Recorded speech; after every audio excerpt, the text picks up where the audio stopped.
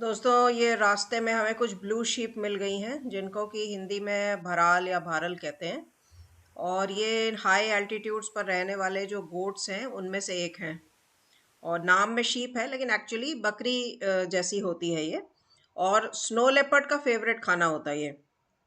Snow leopards ज़्यादातर जो survive करते हैं ब्लू शीप को ही हंट करते हैं, क्योंकि इनका साइज़ इतना होता है कि स्नो लेपर्ड के मारने के लिए आसान होता है। और रहते भी ये उसी जगह पर हैं, उन्हीं स्लोप्स पर जिन पे कि स्नो लेपर्ड्स रहते हैं। जब बहुत ज़्यादा ठंड पड़ती है और बर्फ़ ज़्यादा पड़ने लग जाती है तो ये शीप जो है वो ऊपर से नीचे आ जाते हैं, क्योंकि ऊपर कुछ खाने के लिए बचता नहीं है। जो छोटी छोटी घास ये खाती हैं वो भी ख़त्म हो जाती है, तो ये नीचे गाँव की तरफ आ जाते हैं। तो इसी वजह से जब हैवी स्नोफॉल होता है तो ब्लू शीप के नीचे आने की वजह से स्नो लेपर्ड्स भी नीचे आ जाते हैं और तभी वो दिखते हैं। ये दोस्तों के मोनेस्ट्री दिख रही है, देखिए पहाड़ के ऊपर बनी हुई है। 11वीं सेंचुरी की बनी हुई है ये। काजा शहर से लगभग 12 किलोमीटर दूर है, किब्बर वाले डायरेक्शन में ही। जो दूसरी मोनेस्ट्री है साक्या तांग्युद, वो कोमिक विलेज में है, वो दूसरे डायरेक्शन में है। काजा से किब्बर जाने वाले रास्ते में नहीं पड़ता वो। तो ये काफ़ी पुरानी मोनेस्ट्री है और इम्पोर्टेंट मोनेस्ट्रीज़ में से है यहाँ पे। उसके अलावा जो स्पीति वैली के कुछ फेस्टिवल्स होते हैं वो इम्पोर्टेंट है। उसमें सबसे इम्पोर्टेंट फेस्टिवल है वो लादारचा। वो आपका मिड अगस्त के आसपास होता है।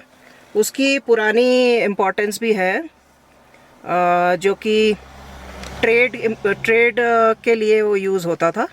और ये जो इंडो चाइनीज़ वॉर हुआ 1962 में, उससे पहले बहुत ट्रेड होता था उस फेस्टिवल में। स्पीति, लद्दाख, बुशार, कुल्लू, ये सारे वैलीज से लोग अपना अपना प्रोड्यूस लेके आते थे और उस फेस्टिवल में अपना अपना सामान बेच। उसके बाद जब वो 1960s में वॉर के बाद बंद हो गया, फिर उसको रिवाइव किया गया 1980s में। और अब वो मेनली जो है कल्चरल फेस्टिवल है एक, उसमें ट्रेड कुछ खास नहीं होता है। और इसके अलावा और भी दो फेस्टिवल होते हैं। एक स्पीति लोसार कहते हैं, वो नवंबर में होता है। और एक और मेरे ख्याल से दाचांग नाम है उसका, जो कि फरवरी में होता है। तो काजा की बड़ी इंपॉर्टेंस है क्योंकि ये कमर्शियल सेंटर है, सबसे बड़ा टाउन है इस एरिया का। और किब्बर जो जहाँ हम जा रहे हैं वो वाइल्ड लाइफ के लिए इम्पॉर्टेंट है। वहाँ पर तो हम रुकेंगे 2 या 3 दिन, तो उसका अपडेट मैं वहीं पर जाकर दूंगी। दोस्तों किब्बर वाइल्ड लाइफ सैंक्चुरी जो है वो एक हाई एल्टीट्यूड प्रोटेक्टेड एरिया है। 1999 में इस्टेब्लिश हुआ था किब्बर गांव के आसपास। शुरू में इसका एरिया 1654 स्क्वायर किलोमीटर था, फिर बढ़ा के इसको 2220 स्क्वायर किलोमीटर कर दिया गया था 2013 में। हिमाचल प्रदेश की तो सबसे बड़ी वाइल्ड लाइफ सैंक्चुरी ये है ही। इसके अलावा भारत की एकमात्र कोल्ड डेजर्ट में बनी हुई वाइल्ड लाइफ सैंक्चुरी है। यहाँ पर ज़्यादातर यही ग्लेशियल स्ट्रीम्स होती है, मतलब बर्फ में जम जाती है जिन स्ट्रीम्स में। और पत्थर हैं, पहाड़ हैं और एल्पाइन मेडोज हैं। टोटल यहाँ पर करीब 116 टाइप के पौधों के प्रजाति मिलते हैं, जिनमें से बहुत सारी जड़ी बूटियां हैं, इनकी मेडिसिनल वैल्यू है। साथ ही यहाँ पर बहुत सारे एंडेंजर्ड हाई एल्टीट्यूड मैमल्स रहते हैं। इसमें सबसे इंपॉर्टेंट स्नो लेपर्ड है।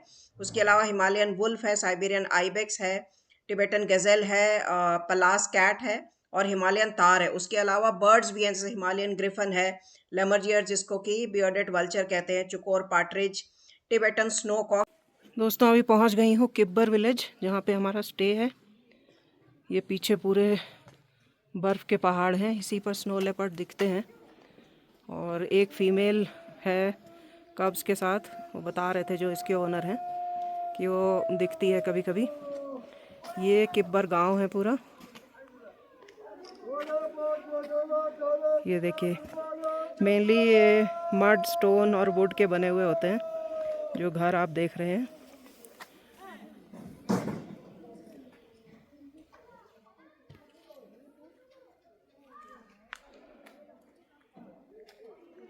बाकी यहाँ पे फार्मिंग वगैरह तो कुछ खास होती नहीं है। एनिमल हस्बेंड्री, कैटल है, याक है, ये सब है यहाँ पे। वो देखिए दूर स्लोप्स पर कुछ सफ़ेद रंग के कॉटन्स दिख रहे हैं।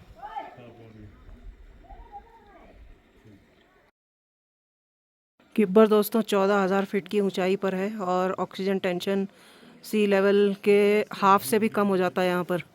तो ऊपर आते ही ब्रीदिंग डिफ़िकल्टी होने लगती है, ब्रीदिंग डिफ़िकल्टी। जैसे ही आप 2-4 सीढ़ियाँ भी चढ़ते हो तो बिल्कुल सांस फूल जाती है और दिल की धड़कन इतनी तेज़ हो जाती है कि तुरंत रुकना पड़ता है। किब्बर में सुबह हो गई है दोस्तों। ये देखिए दूर स्नो क्लैड माउंटेन्स।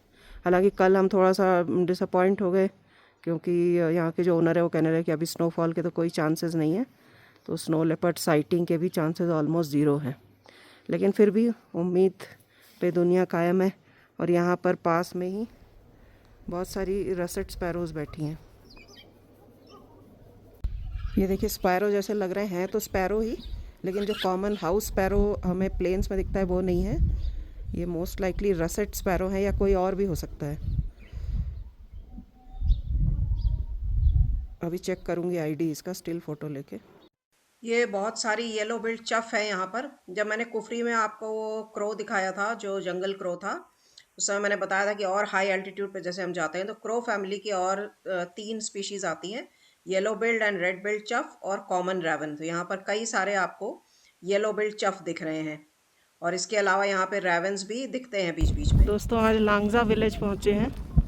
लांगजा की इम्पोर्टेंस ये है कि यहाँ पर बहुत सारे मरीन फॉसिल्स मिले थे मरीन बायोलॉजिस्ट को, जो कि करोड़ों साल पुराने हैं।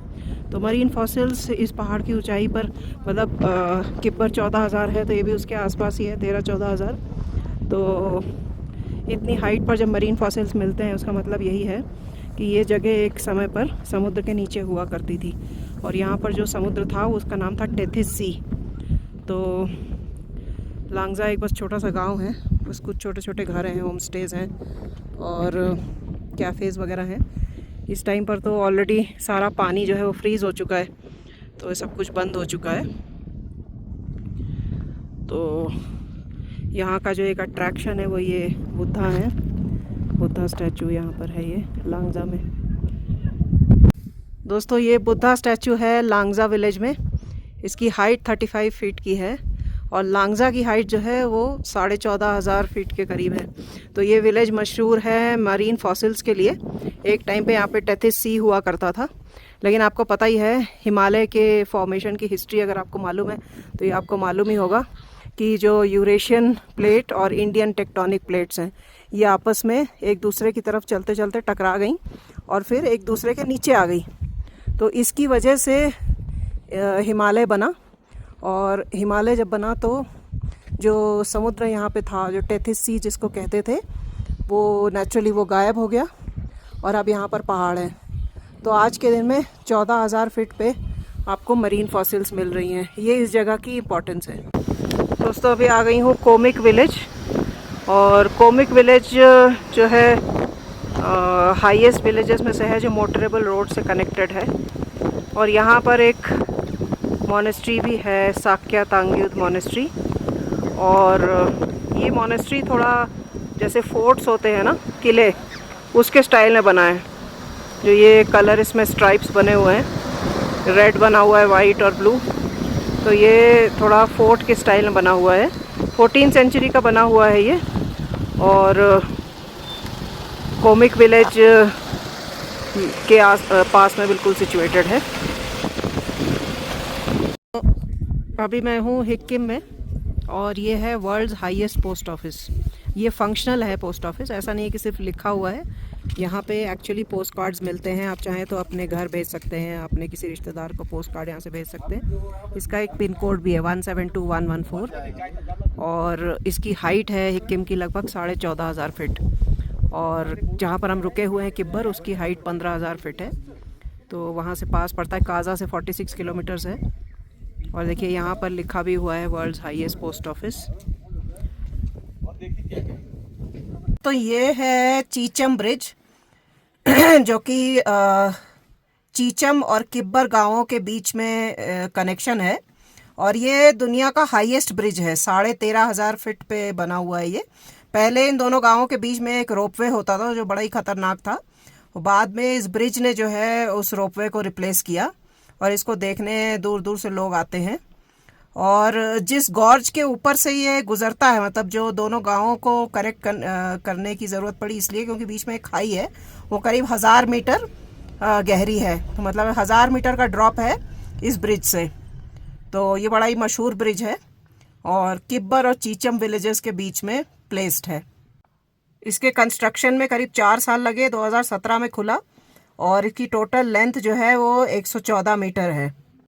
दोस्तों ये दोनों कॉमन रेवन है और क्रो फैमिली के ही हैं। साइज़ में हाउस क्रो से काफ़ी बड़ा होता है ये, और जो चफ होते हैं दोनों येलो एंड रेड बिल्ड उसके बराबर साइज़ लगभग होता है, लेकिन उसके कंपैरिजन में इसका बीक बहुत बड़ा और पावरफुल होता है और ये स्कैवेंजर्स होते हैं। दोस्तों 2 रात स्टे कर लिया किब्बर में। -15 टेम्परेचर था लगभग और काफ़ी हालत ख़राब हो गई। स्नोफॉल के चांसेस तो अभी है नहीं लगभग 10 दिन तक। तो आज किब्बर से हम लोग निकल रहे हैं और अब देखते हैं लद्दाख की तरफ जाते हैं। हेमिस नेशनल पार्क में भी स्नो लेपर्ड सबसे ज़्यादा नंबर में है, तो एक बार वहाँ पर भी होके आते हैं। दोस्तों ये रेड बिल्ड चफ है और इससे पहले शॉर्ट्स में आपने येलो बिल्ड चफ देखा था। ये दोनों ही कॉर्विडी फैमिली के हैं। साइज़ लगभग सेम ही रहता है और सेम ही एल्टीट्यूड पर पाए जाते हैं, बस डिफरेंस है तो बीक के कलर का, एक का येलो होता है और एक का रेड। दोस्तों निकल चुके हैं लद्दाख की तरफ जाने के लिए। अगर आपको याद हो पिछले वीडियो में मैंने बताया था, जब मैंने काजा के अप्रोच समझाए थे आपको कि 2 मेन अप्रोचेस हैं। एक शिमला होके आता है सतलज नदी के वैली के थ्रू, जिसमें हम किन्नौर वैली क्रॉस करके स्पीति वैली पहुंचते हैं और उसी रास्ते से हम आए थे। जो दूसरा रास्ता है वो मनाली होके आता है, मतलब उसमें हम रोहतांग क्रॉस करते हैं, कुंजुम पास क्रॉस करते हैं, चंद्रा नदी के अलोंग वो रास्ता चलता है, उससे भी हम काजा आ सकते हैं। तो हम इसमें जो आपको साइड में ये पूरी कटी हुई घाटी दिख रही है, ये पहाड़ों के साइड में जो कटा हुआ है फॉर्मेशंस बने हुए हैं, ये पानी से नहीं बल्कि हवा से कटे हुए हैं। ऐसा ही पहले लद्दाख में भी देखा था जब समर टाइम में मैं लद्दाख गई थी।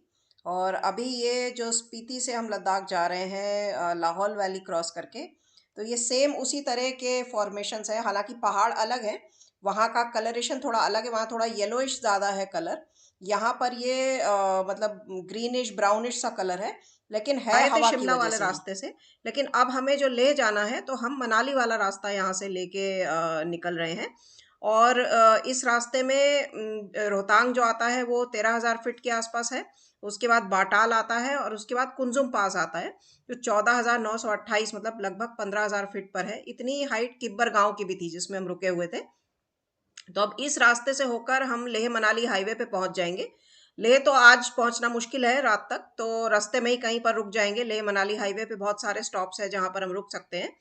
तो ये रास्ता इस बार जो भी बरसात के टाइम पे आपदाएं आई थी उसकी वजह से ये रास्ता पूरी तरह से डिस्ट्रॉय हो चुका है। बहुत ही खराब रास्ता मिल रहा है पूरे जगह जगह पर। और चंद्रा नदी के साथ साथ ये रास्ता चलता है। चंद्रा नदी ने काफ़ी यहाँ पर जो है इस बार तबाही मचाई है।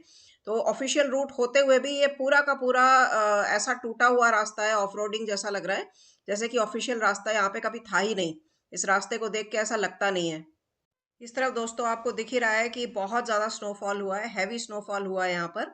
तो साइड में कुछ पगमार्क जैसे दिख रहे हैं, तो यहाँ पर उतर के हम लोग लगभग अभी कुंजुम पास के करीब ही पहुँच चुके हैं।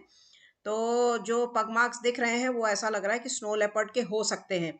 इसके अलावा यहाँ पे हिमालयन जो वुल्फ मिलता है, टिबेटन वुल्फ, उसके भी पगमार्क्स हो सकते हैं। बर्ड्स के तो नहीं हैं और अंगुलेट्स के भी इस तरह के नहीं हो सकते हैं। जहाँ तक ये लगता है कि स्नो लेपर्ड के ही पगमार्क्स होंगे।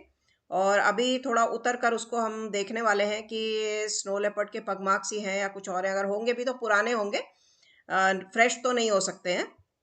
ये देखिए दोस्तों, स्नो लेपर्ड का पगमार्क मिला है यहाँ पर।